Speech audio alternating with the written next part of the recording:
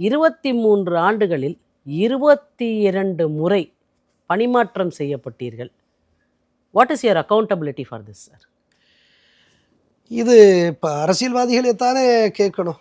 அரசியல்வாதிகள் தானே இதுக்கு பதில் சொல்லணும். இல்லை, இதில் 22 தடவை 23 வருஷத்தில் மாற்றிருக்காங்க. ஆமாம்.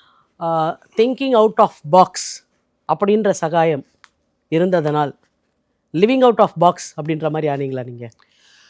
அதை எப்படி சொல்கிறதுனா, சட்டத்துக்கு உட்பட்டு சட்டமே என்ன சொல்லுது? You are suppose to maintain absolute integrity. Every public servant is expected to maintain absolute integrity. அதில் ஒரு it is not comparative or relative integrity or honesty. இல்லை ஒரு 70% இருந்தால் போதும். Absolute. It is absolute. Honesty is integrity is something which is apparently absolute. அதில் நம்ம எப்படி குறைச்சிக்கிறது? நான் இப்போ சட்டம் என்ன சொல்லுது? சட்டம் உனக்கு ஒரு பொறுப்பை கொடுத்துருக்கு.